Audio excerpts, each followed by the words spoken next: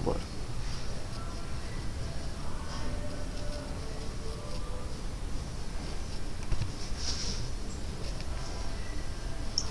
Três, dois, já. E aí galera, beleza? Como é que vocês estão aí? Tranquilamente, de boa? Quem fala é o professor Eduardo de Filosofia, para mais uma aí, aula de filosofia para vocês, né? Centro de Ensino Médio 2, em 2, belezinha? O tema hoje é o seguinte, a verdade, tá? O que é a verdade? Né?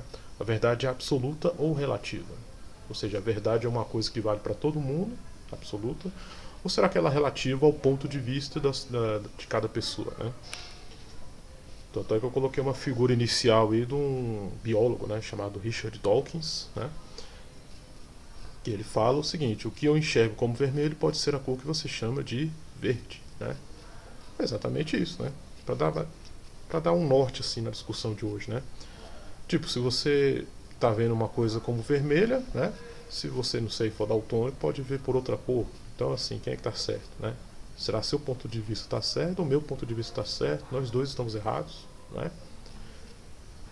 Eu lembro que tive um professor, quando eu fazia curso de informática, que ele dizia o seguinte: eu achei isso bastante bem elaborado. Ele dizia o seguinte: olha só, existem três verdades. Existe a minha verdade, existe a sua verdade, existe a verdade, né? Então, comecemos a refletir um pouco sobre isso, sobre a verdade absoluta ou relativa. Você já se perguntou se existem ou não verdades absolutas? Será que existe uma verdade válida para todo mundo? O homem, vocês estão vendo aqui a figurinha, né? O homem é a medida de todas as coisas. A gente vai ver, já vai ver sobre essa frase aí. Mas existem homens de diversas alturas, por isso o mundo é irregular, né? Então a Joaninha falou: olha, o homem é a medida de todas as coisas, né? Ou seja, é no ser humano que você tem que ter um padrão para julgar o mundo. Mas aí a outra contrapõe: mas existem homens de diversas alturas, né? Por isso o mundo é irregular. Por quê? Porque na visão da Joaninha, se o ser humano, né, se o homem é a medida de todas as coisas, então beleza, então o ser humano é um padrão, correto? Beleza, mas que tipo de padrão, né? Por exemplo, os homens, as mulheres também têm todos diversas alturas, né? Então tem gente baixinha, tem gente alta, tem gente média. E aí, qual é o padrão que eu vou, né, qual é o ser humano, digamos assim, que eu vou escolher para falar sobre esse padrão aí de julgamento do mundo? Aí ela pensa um pouco e fala: olha só, por isso o mundo é irregular, né? Então o mundo é irregular, ou seja, né, o ser humano talvez não seja a medida de todas as coisas, né? Ao longo da história humana sempre existiram coisas que os seres humanos consideravam verdades absolutas, ou seja, coisas aparentemente inquestionáveis. Um exemplo clássico de verdade absoluta é a religião e suas doutrinas, né? Então o que é a verdade absoluta? É uma verdade que supostamente valeria para todos, né? O exemplo mais clássico de verdade absoluta na nossa sociedade é a religião, né? Religião. Cristianismo, judaísmo, islamismo. Por que a religião? Porque a religião, ela afirma, seja ela qual for, ela afirma que é detentora de uma verdade absoluta. No caso do cristianismo, que verdade absoluta é essa? Não. Existe um Deus chamado Jesus Cristo que veio salvar a humanidade. Ponto. Então, o cristianismo se considera o dono da verdade. Qualquer outro Deus que exista, né, para o cristianismo, será um Deus falso. Um Deus não existirá, né? O islâmico, né, o muçulmano, ele afirma a mesma coisa. Não, temos um Deus, nosso Deus chama-se Alá, certo? Ele mandou seu profeta Maomé, né, e qualquer um que fale outra coisa é um mentiroso, né? Então, assim, o que é a verdade absoluta? É uma verdade que valeria independentemente do que cada pessoa acha ou deixa de achar, né? Alguém estabelece essa verdade e você tem que aceitar. Se você não aceitar, coisas ruins podem acontecer, né? Coisas ruins podem acontecer. Beleza. Exemplo de verdade absoluta, tá? Por exemplo, a existência de Deus. Por exemplo, no cristianismo, a existência de um ser chamado Deus é aceita como um fato absolutamente inquestionável. Aquele que questiona tal fato, dependendo do tempo e espaço em que se encontra, pode vir a sofrer consequências sociais gravíssimas, como mutilação, tortura, empalamento, ser queimado em um pelourinho, né? Então vamos lá. Geralmente a verdade absoluta, aquele que acredita numa verdade absoluta, se considera o dono da verdade, né? Então eu sei da verdade e o resto do mundo não sabe, né? Então eu que estou certo, o resto do mundo está errado. Então se eu sou, por exemplo, um cristão, não, Deus existe, ponto, acabou. Né? Ponto, acabou e fim de papo. Eu tô certo, o resto do mundo tá errado, mas o resto do mundo não é. Nem todo mundo é cristão, não é um problema. Das duas, uma a pessoa se converte, né? E vem para a verdade absoluta, ou a gente vai lá e arrebenta com a cara dela, né? Era assim que o cristianismo encarava até muito pouco tempo atrás aí o fato de existirem outras religiões, né? Em história vocês já devem estudar aí sobre a Inquisição, Reforma, Contra-Reforma, né? Que foram movimentos mais ou menos nessa linha, né? Então temos nossa religião, você tem que aceitar. Se você não aceitar, você vai morrer, você vai ser torturado, né? Até muito recentemente a Inquisição funcionou aí na história humana. Na verdade ela existe até hoje, né? Hoje o nome dela é Congregação ah, para a Defesa da Fé, né? Só mudou o nome lá no Vaticano, mas está lá até hoje, né?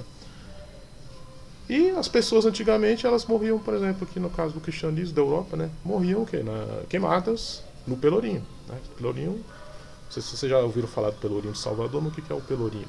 É o símbolo do poder, né? Numa determinada cidade, num determinado município. Então, por exemplo, Salvador. Tem o Pelourinho de Salvador. O que era aquilo? Aquilo era o símbolo do poder do rei de Portugal em Salvador. Então, tudo aquilo que era importante na cidade tinha que ser feito lá no Pelourinho. Então, se um criminoso, né, o cara roubou lá alguém, ele teria que ser punido pela autoridade. Onde é que punia ele? No Pelourinho, amarrado. Né? Um escravo fugia. Então, onde é que ele era punido? No Pelourinho. Né? Alguém diz lá que não é cristão e abandonou a fé e virou ateu. Então vamos queimar o cara onde? No Pelourinho. Né? Então, assim, verdade absoluta é isso. Uma verdade que valeria para todo mundo. Né? Alguém disse que essa verdade absoluta é essa, tal, então tem que acreditar. Se não acreditar, a gente te bate, te mata, te tortura. Né? Essa é a verdade absoluta. Mas, como não poderia deixar de ser, sempre houveram pessoas que, mesmo em face de tais perigos, né, ousaram questionar tudo aquilo considerado inquestionável. Adivinha quem são essas pessoas? Sim, elas mesmas, os filósofos. Né? Os filósofos sempre exerceram esse papel, né, questionamento. Na Grécia Antiga, houveram filósofos que se debruçaram sobre esta questão de existir uma verdade absoluta, isto é, válida para todos, ou se a verdade é relativa, ou seja, o que é verdadeiro para mim pode não ser verdadeiro para você. Então, na Grécia Antiga e durante toda a história da filosofia, sempre houveram filósofos que disseram: olha só, será que a verdade é absoluta ou relativa? Existem verdades absolutas pelos quais o ser humano ele pode se guiar, ou então a verdade depende de cada um ali. Né? Sempre houveram esses filósofos que trataram disso, né? Sócrates, Platão, Aristóteles, Empédocles, Tales, todo mundo sempre tratou disso. Na época do Sócrates, né, estamos aqui no período considerado de ouro da filosofia grega, em Atenas, né? Houveram alguns filósofos chamados sofistas, né? Vamos falar deles agora. Essa discussão sobre a natureza da verdade começou com um grupo de filósofos chamados sofistas, do grego sofistes, isto é, sábio ou professor da sabedoria. Né? Quem eram essas pessoas? O homem é a medida de todas as coisas. Essa frase atribuída ao filósofo sofista Protágoras resume bastante bem a filosofia sofista. Para eles, a verdade não provinha de algum deus ou outra entidade sobrenatural, e sim era uma construção humana. A verdade, para os sofistas, derivava das circunstâncias e do lugar em que ela era discutida, sendo, portanto, o resultado da livre discussão de ideias entre iguais. Né? Então, quem eram os sofistas? Os sofistas eram contemporâneos de Sócrates, né? Que, ao contrário de Sócrates, que se concentrou mais ali na ética e tudo mais, nas coisas relativas ao ser humano, do ponto de vista da ética, os sofistas se concentraram nessa questão da verdade. O que é a verdade? Existe uma verdade que vale para todo mundo ou a verdade depende de cada pessoa? Né? Cada filósofo sofista é um filósofo diferente, né? Filosofia diferente, mas eles podem ser agrupados sob esse nome para fins didáticos, né? Por exemplo, Protágoras, essa frase dele: o homem é a medida de todas as coisas. Quer dizer o quê? Quer dizer que os filósofos sofistas geralmente acreditavam que a verdade, na verdade, isso é ótimo, né? Eles acreditavam que a verdade não era absoluta, era relativa, ou seja, depende de mim, de você. A minha verdade, eu tenho a minha verdade, você tem sua verdade, todo mundo tem sua verdade. Por isso, o homem, o ser humano, é a medida de todas as coisas, porque Protágoras queria dizer o seguinte: olha, a verdade não foi dada por nenhum deus, assim, nenhum anjo chegou aqui e deu a Bíblia, e deu a revelação, não, nada disso, isso aí não é a verdade para o sofista. A verdade é simplesmente a criação do próprio ser humano. Então, a construção humana, a verdade então, é relativa para os sofistas. Né? Então, o homem é a medida de todas as coisas. A verdade depende do homem, do ser humano, e não existir uma outra verdade aí que seja absoluta, beleza? Então a verdade para os sofistas derivava das circunstâncias e do lugar em que ela era discutida, sendo, portanto, o resultado da livre discussão de ideias entre iguais. Então a verdade era isso, ela era produto não de uma revelação divina, e sim ela era produto da discussão de ideias entre as pessoas. Né? Então eu tenho a minha ideia, eu discuto minha ideia com você, vamos achar a verdade. Né? Que não existe, então nós vamos criar nossa verdade. Beleza. Nesse sentido, para os sofistas, o que realmente interessava não era a busca da verdade, já que ela não poderia ser conhecida e, portanto, nenhum ser humano poderia detê-la, ser o dono da verdade. O que interessava de fato era convencer as pessoas de que seu ponto de vista era a verdade. A arte da oratória, isto é, o conhecimento de técnicas de argumentação para convencer as pessoas, que para os sofistas era, portanto, o verdadeiro objetivo a ser alcançado. Né? Então, para os sofistas é isso. O que interessa não era buscar a verdade. Né? A verdade, ninguém pode saber da verdade, porque nenhum ser mortal, eles diziam, né, pode conhecer a verdade, somente os deuses. Então, nenhum ser humano pode se considerar o dono da verdade. Bom, se ninguém pode ser o dono da verdade, ninguém pode alcançar a verdade, então o que a gente tem que fazer é simplesmente viver, né? Viver e convencer as pessoas de que o nosso ponto de vista é a verdade, né? A fim de satisfazer interesses da pessoa que está dizendo que é verdade. Então você tem um interesse lá, sei lá, político de que sua verdade é tal coisa. Então você tinha que saber convencer as pessoas de que você estava certo, né? E com isso os sofistas eles praticamente inventaram a arte da oratória, que é o que é a oratória? É a arte de falar bem, vamos dizer assim, né? Aquela arte de falar bem, a pessoa que você vê na televisão, em algum lugar, pô, aquela pessoa fala muito bem, ela discursa muito bem e tal, o que é isso? A pessoa utilizou determinadas técnicas, né, para apresentar o ponto de vista dela, digamos assim, enfeitado, floreado, né? O que é isso? Isso é oratória, né?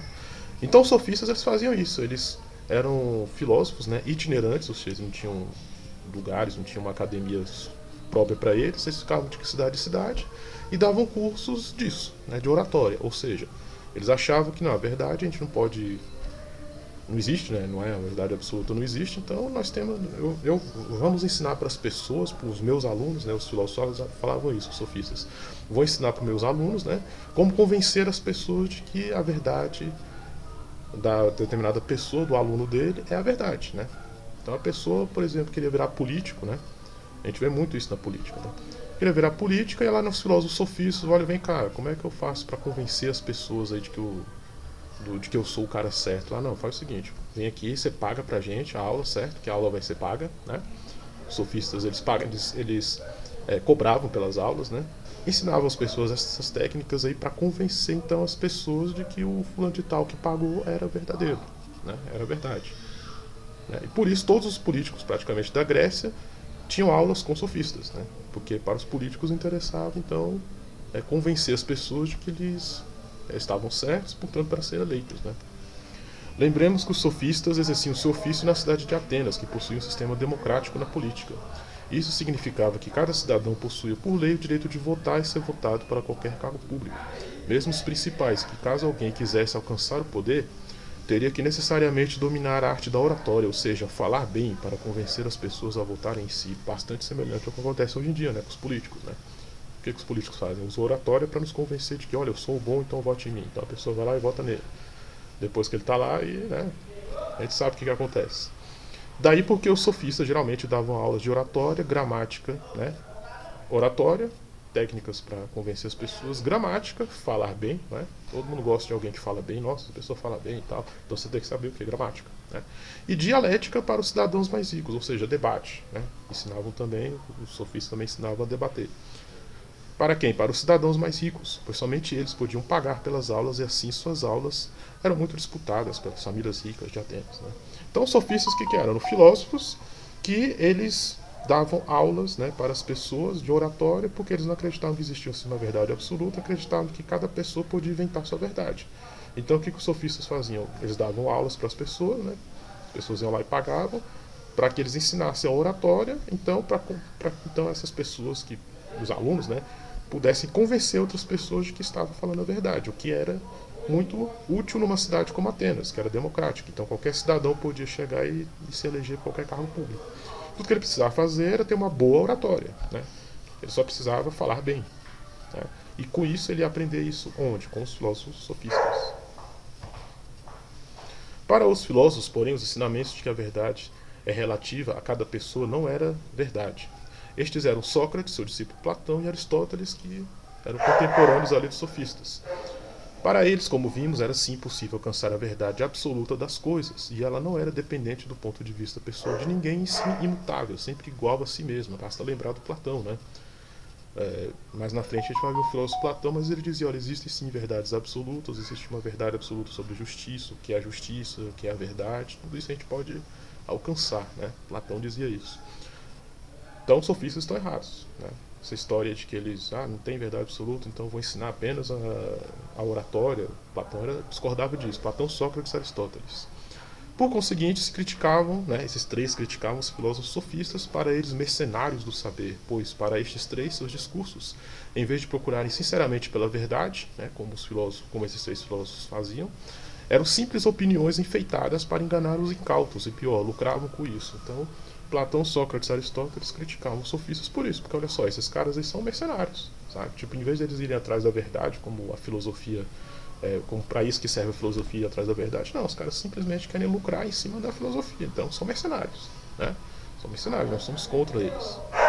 Apesar disso, os sofistas tiveram uma importância fundamental para a filosofia, pois com eles nasceu a preocupação com a coerência e o rigor da argumentação, podendo ser considerados os pais da lógica. Então, os filósofos sofistas, exatamente para essa coisa de falar bem, para ensinar a falar bem, eles acabaram desenvolvendo vários estudos ali sobre coerência e rigor do discurso, da argumentação, né? O falar bem, né? Como fazer para falar bem. E com isso eles ajudaram o desenvolvimento da lógica, que é uma coisa que vocês vão ver lá pelo segundo ano, tá, do ensino médio, tá? Além disso, contribuíram fortemente para a sistematização da educação, tanto por estimular o debate público entre opiniões contrárias. Os sofistas, eles as aulas que eles davam, né, eles botavam uma opinião, né, então ensinavam as pessoas a falarem tanto bem dessa coisa quanto mal dessa coisa, né, através do estudo da oratória.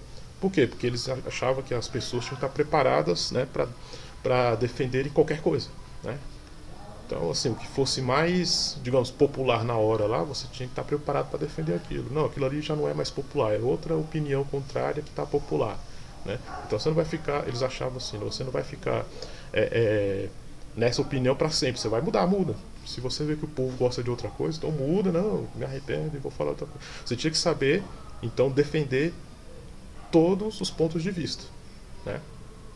Isso foi fundamental para a democracia. O que é a democracia? Exatamente isso, defesa de pontos de vista. Por isso eles estimulavam o debate, portanto a educação, né? Porque educação é debate. Né? O professor fala, o aluno responde, o professor aprende, o aluno também, todo mundo aprende. Então, debate. Né?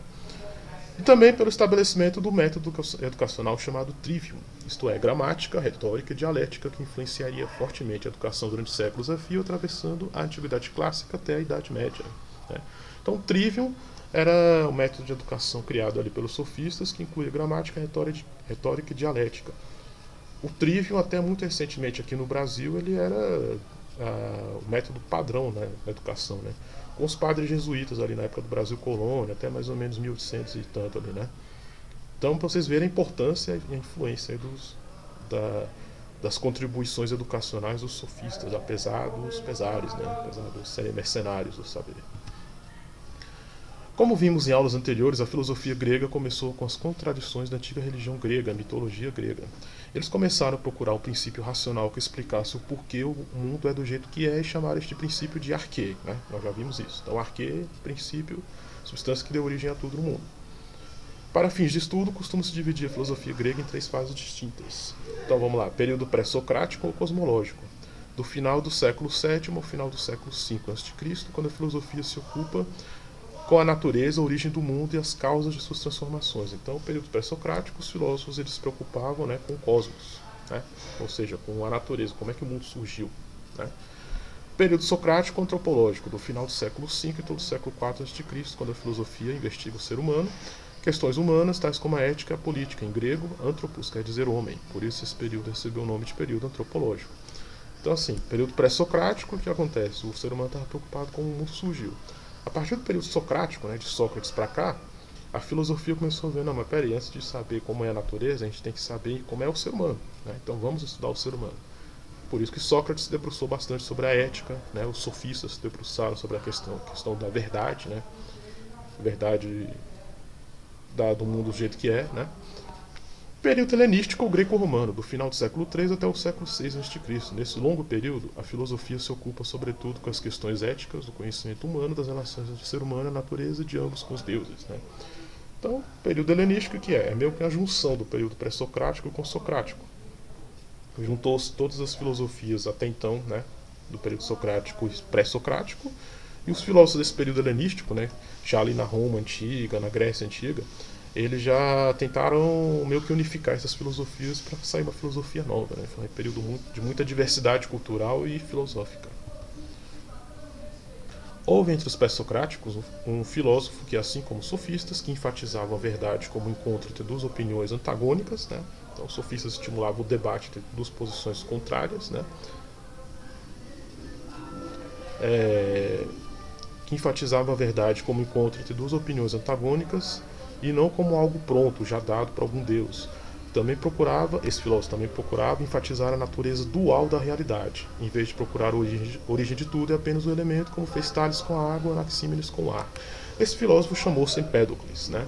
Então, assim, tal como os sofistas que enfatizavam a verdade, né, como a busca da verdade, digamos assim, relativa, como um produto de duas opiniões contrárias, houve um filósofo chamado Empédocles também que ele disse assim, olha só, eu acho que também a realidade é dual, então não existe apenas um arquê, não existe apenas uma substância ali, né? O que existe são várias substâncias, né? Várias substâncias. Esse filósofo é Empédocles, né? Em seu livro Sobre a Natureza, do qual nos restam cerca de 700 fragmentos dos 2000 originais, Empédocles afirmava que a arquê era composta por 4 elementos: terra, água, fogo e ar. Observando que o comportamento humano era regido por relações de simpatia e antipatia das pessoas umas com as outras, Empédocles pensou que assim também ocorria com a natureza, né? De fato, haveriam 2 princípios que regeriam as relações dos 4 elementos entre si, os quais Empédocles chamaria de amor e ódio.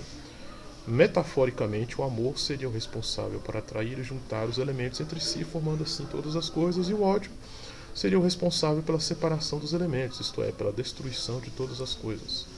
Dessa forma, todas as coisas do mundo, formadas por estes 4 elementos, surgiriam ou desapareceriam pela interação entre eles, influenciados pelo amor ou pelo ódio ou por ambos. Então vamos lá, né? Muita informação, vamos simplificar. Empédocles dizia o seguinte, olha só, a arquê não é uma substância só, né? Não é a água, né? O ar, como diziam os outros, não. São 4 substâncias. Que substâncias são essas? Terra, né? Água, fogo e ar. Então, terra, água, fogo e ar. Todas essas substâncias são arquê, certo? Para Empédocles. Por quê? Porque ele viu o comportamento humano, né, e disse, olha só, o comportamento humano tem alguma coisa a ver com a natureza. Ele pensava, então, que tudo no universo era composto de terra, água, fogo e ar. Ok, mas como é que o fogo vai se manter junto com o ar, por exemplo, né? O fogo, ele esquenta o ar. Como é que a água vai se manter junto com o fogo, né? Ele chegou na seguinte conclusão, olha só, do mesmo jeito que na sociedade humana o amor e o ódio que mandam, então quando você tem amor a alguém você quer ficar junto da pessoa, e quando você tem raiva de alguém você quer ficar longe da pessoa, assim também deve acontecer na natureza. Esses 4 elementos, terra, água, fogo e ar, eles se mantêm juntos, por quê? Porque existe uma força ali, que ele chama de amor, que os mantém juntos, né? Então terra, água, fogo e ar formam tudo no universo e ficam juntos por essa força chamada amor. Agora, quando as coisas são destruídas, então aí entra em cena a força do ódio, porque o ódio afasta as coisas, né? Então o amor mantém a terra, a água, fogo e ar unificado, e o ódio ele afasta as coisas, assim como acontece nas relações entre nós seres humanos, né?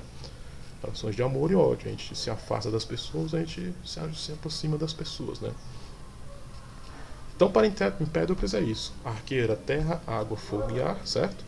E essas coisas, esses 4 elementos se mantinham unificados pelo amor ou separados pelo ódio, né? Então, por exemplo, uma pedra para Empédocles é formada por terra, água, fogo e ar. Como é que ela se mantém junta ali, íntegra, né? Pela força do amor. Se chega uma marreta lá, alguém pega uma marreta e dá uma marretada na pedra, qual é a força que está ali interagindo então? É a força do ódio, porque essa força da marreta, do ódio, ela vai fazer a pedra se despedaçar e, portanto, os elementos terra, água, fogo e ar serão separados pela força do ódio. certo? Então o amor mantém as coisas separadas e o ódio separa as coisas. Que coisas são essas? As coisas formadas por terra, água, fogo e ar. Ar que para Empédocles, beleza? Investigando a natureza com um olhar sobretudo humano, Empédocles vai nos mostrar como a investigação da natureza, objeto dos filósofos pré-socráticos, é tão importante quanto a investigação sobre o próprio ser humano.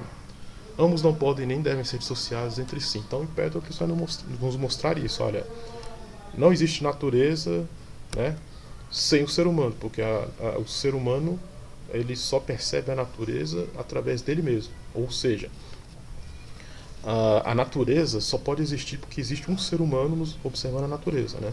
Mas ele vai dizer o seguinte: o ser humano também não existe sem a natureza, porque se a gente destruir a mata, né, a vegetação, o planeta Terra, a gente também vai pro pau. Então, os dois dependem de si, né? Então, o ser humano depende da natureza, a natureza depende do ser humano. É isso que Empédocles vai nos dizer com sua filosofia do amor e ódio.